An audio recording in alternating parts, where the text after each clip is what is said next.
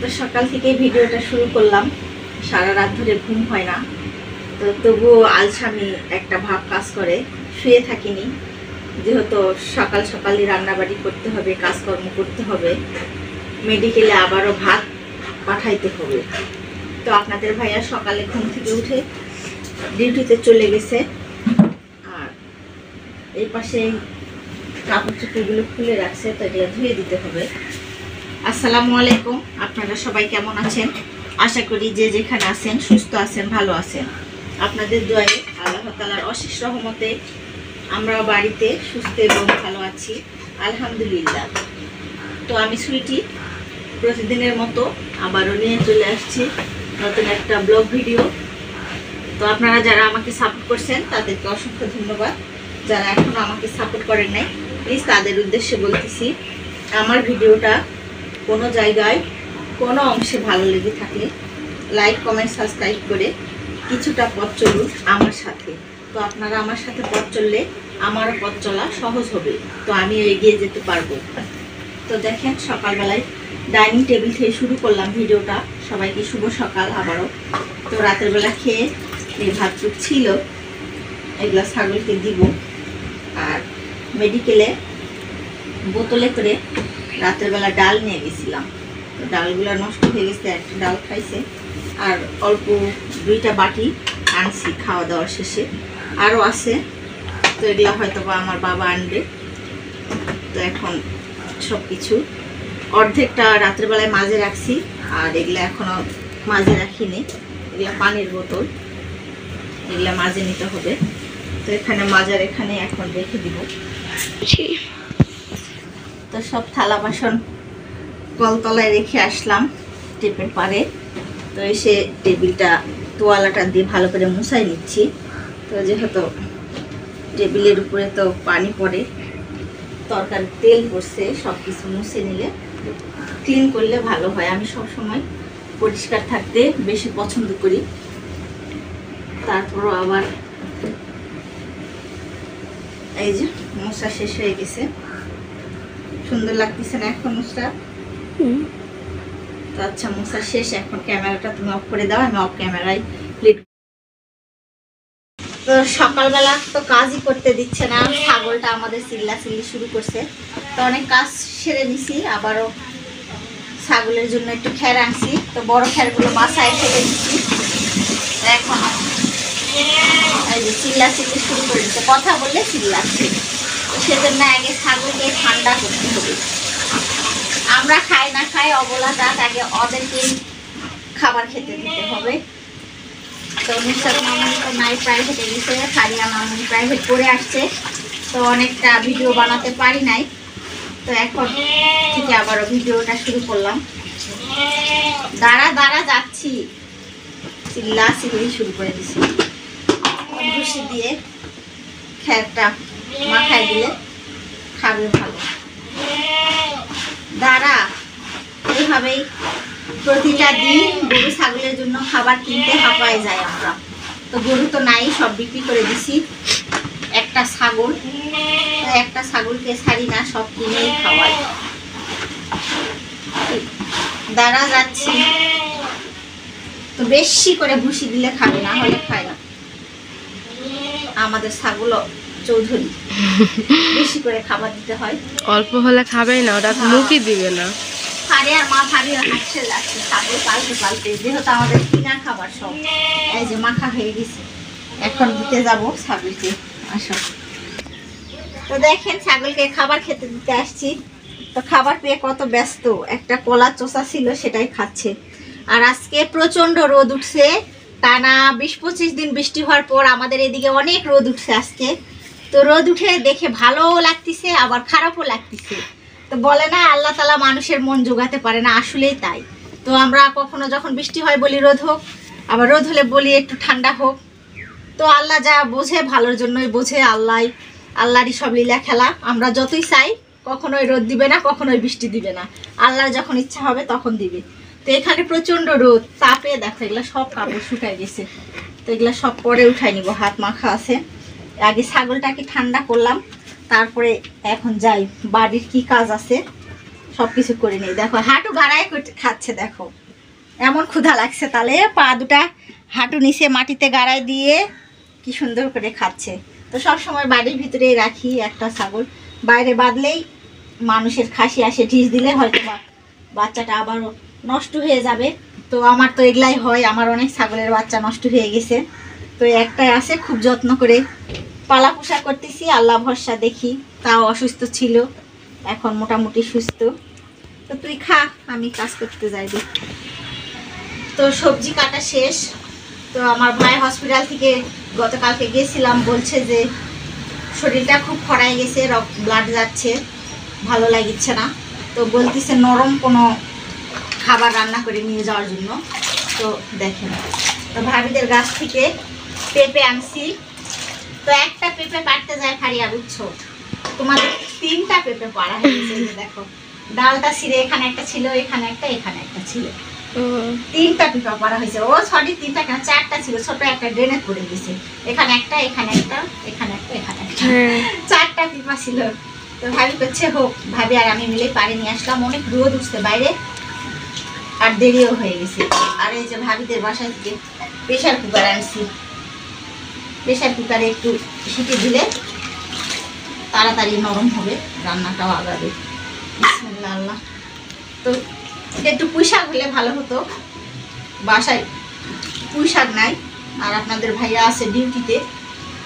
তো একটা পুঁই শাকের জন্য বেশি করে এই জন্য পেঁপা দিছি, একটা গোটা, আর পটল দিছি, তাহলে একটু নরম হবে। আচ্ছা, ক্যামেরা এখন। তো দেখেন সবকিছু ধুয়ে আনছি, আনার পর হলুদ লবণ সব কিছু মশলা দিয়ে দিছি, গোটা মশলা। তো কাঁচামরিচ আর পেঁয়াজ আর অল্প একটু রেখে দিব, যে সবজিটা তেলানি করতে হবে সেজন্য।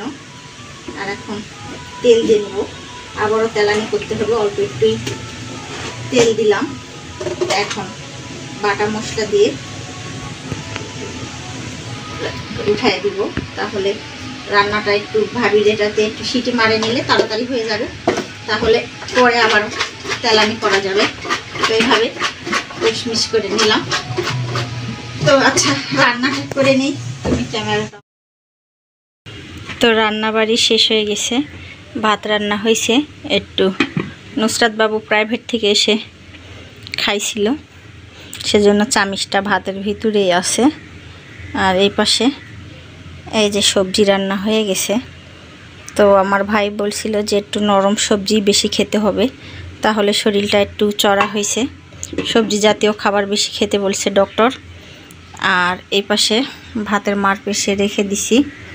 তো আর এই যে মাংস ছিল একটু, তো সেই মাংসই আলু দিয়ে আবারও রান্না করছি, গরুর মাংস। তো আজকে দুপুরে এগলাই, তো মাংস খেতে পারবে না আমার ভাই, প্রেশার ওঠানামা করতেছে, হাই প্রেশার নামতিছে কমতিছে। তো এই যে বললাম ভাবিদের গাছের পেঁপে অনেকগুলো পড়ছে, তো আবার ভাবি এসে একটা পেঁপে আবারও নিয়ে গেল। তো সব কিছু মাঝে ধুয়ে টিফিন বাটিগুলো এখানে রাখছি। তো আমার আব্বা আসলে মেডিকেলে ভাত নিয়ে যাবে। আর রান্না শেষে সব উঠানগুলো দেখেন পরিষ্কার করে নিছি। তো এখন দেখি নেহা বাবু ভাবিদের বাসায় গেছে আনি। তো আমার ভাইয়া সবজি খেতে চাইছিল, সেজন্য সবজি রান্না করছি। তো এখনও আমার ভাইয়ার অবস্থা ভালো না।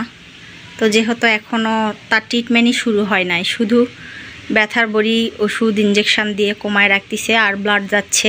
তো এখনও আমার ভাইয়ার অপারেশান হয়নি, অপারেশনের ডেটও দিয়ে দিছে বুধবারে। তো অপারেশানটা হয়ে যাবে। তো শুধু কষ্টই পাচ্ছে আর কষ্টই পাচ্ছে, যেহেতু ভাঙা জায়গা, এখনও জোড়া লাগেনি। তো আচ্ছা, এখন আপনারা সবাই আমার ভাইয়ের জন্য দোয়া করবেন, যেন তাড়াতাড়ি সুস্থ হয়ে যায় আর অপারেশানটাও যেন সাকসেসফুল হয়। আপনাদের ভাইয়া ঘাস কিনে রাখছিল, তো সেই ঘাসগুলোই ছাগলকে কেটে দেওয়ার জন্য বসছি। আর কুষারও এনে রাখছিল বাসায়, আমার মনেই ছিল না। তো ফারিয়ার আম্মু ভাবি আসে, দেখতে পারে যে কুষার। তো আমি বলছিলাম ও নেহা বাবু আর নুসরাত বাবু খেতে চাইছিল, তো সেই জন্য কুষারগুলো আনছে। তো যে ঘাসগুলো কেটে খাওয়ায় ছাগলকে, তো তো সেই ঘাসের মধ্যেই দেখেন কুষারের মতো দেখা যায় গোড়াগুলো।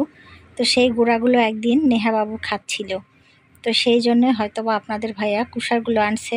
তো এত বিপদের মধ্যে আসি, আপনাদের ভাইয়া মনে করে বলতেও পারেনি যে কুষার আনে রাখছি, হয়তোবা মনে করছে আমি দেখছি, কিন্তু দেখি নাই, কুষারগুলো নষ্ট হয়ে গেছে। তো ভাবি একটা খেয়ে গেল, আর বাচ্চাদেরকে নিয়ে বসছি যে কেটে দেই, বাচ্চারাও খাক।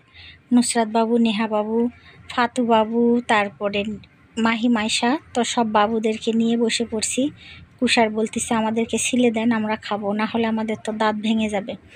তো সেই কুষার যেই বলা সেই কাজ, কুষার নিয়ে ওদেরকে ছিলে দিতে লাগছি। তো তারপরে মেডিকেল থেকে ফোন আসছিল, আপনাদের ভাইয়া বলছে যে গতকালকে বুধবার, আজকে আমার ভাইয়ের অপারেশনের সব জিনিসপত্র কিনতে হবে। তো ভাইয়া মেডিকেলতে ফোন করছিল, আপনাদের ভাইয়া আর বড় ভাই মেডিকেলে গেছে, যায় টাকা পয়সা জমা দিতে হবে, এখানে না, রাজশাহী না ঢাকা পঙ্গু হসপিটাল থেকে। তো আমার ভাইয়ের পায়ের অপারেশনের জিনিসপত্র কিনে আনতে হবে, তো সেজন্যই টাকা চেয়ে পাঠাইছে, বা ডক্টরও কথা বলবে। তো আপনাদের ভাইয়া আর বড় ভাই আসে চলে গেল মেডিকেলে।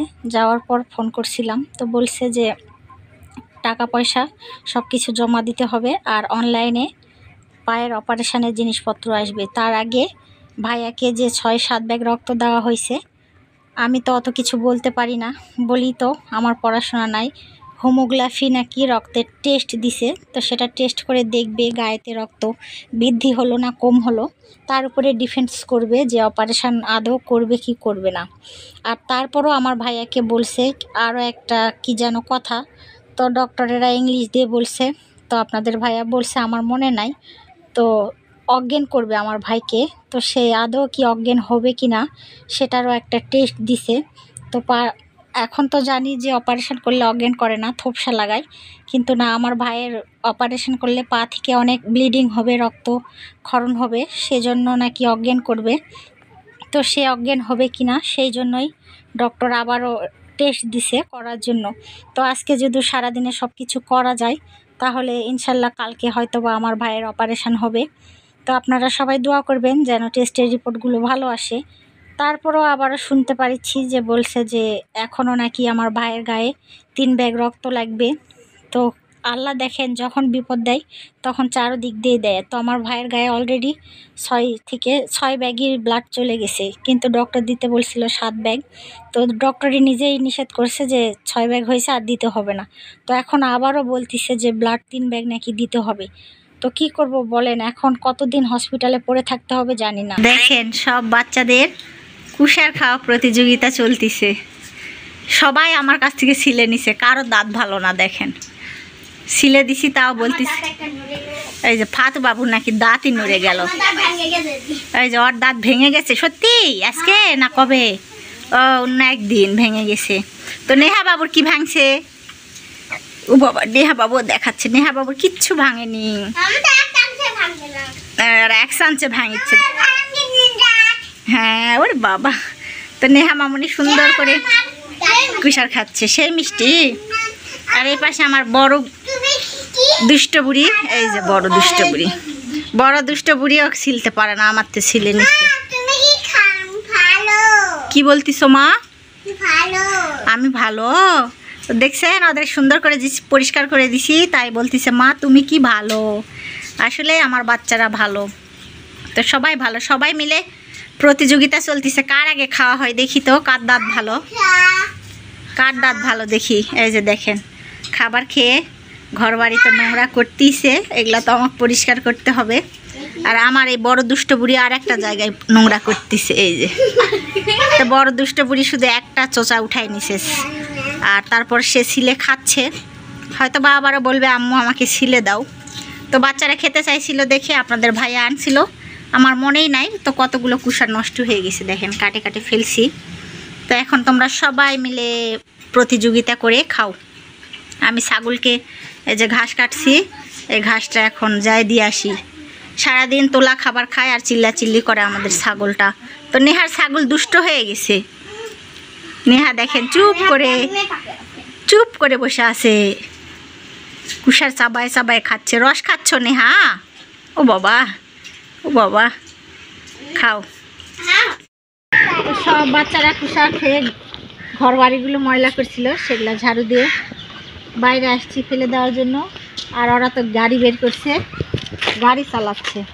তো এই যে এই জায়গাটাও আমার বাবা পরিষ্কার করছিল,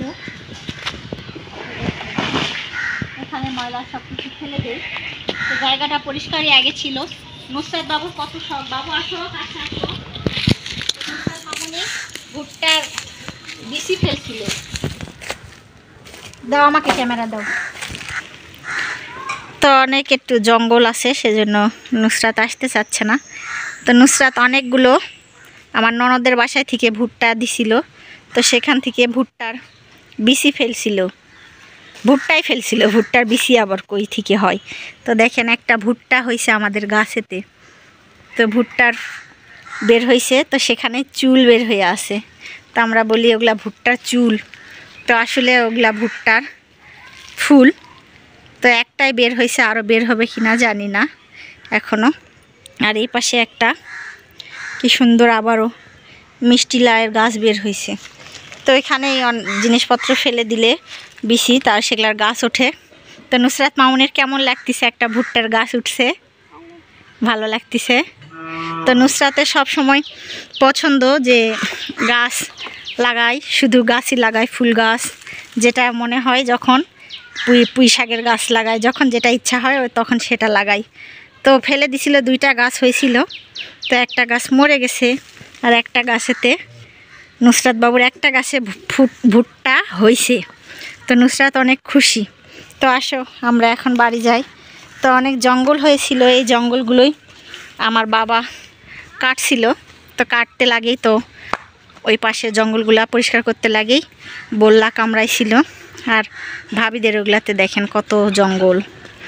তো আজকে প্রচণ্ডই রোদ উঠছে, বাচ্চারা আবারও গাড়ি নিয়ে বের হয়েছে, দেখছেন আমাদের কত শখ গাড়ি চালানো রোদের মধ্যে।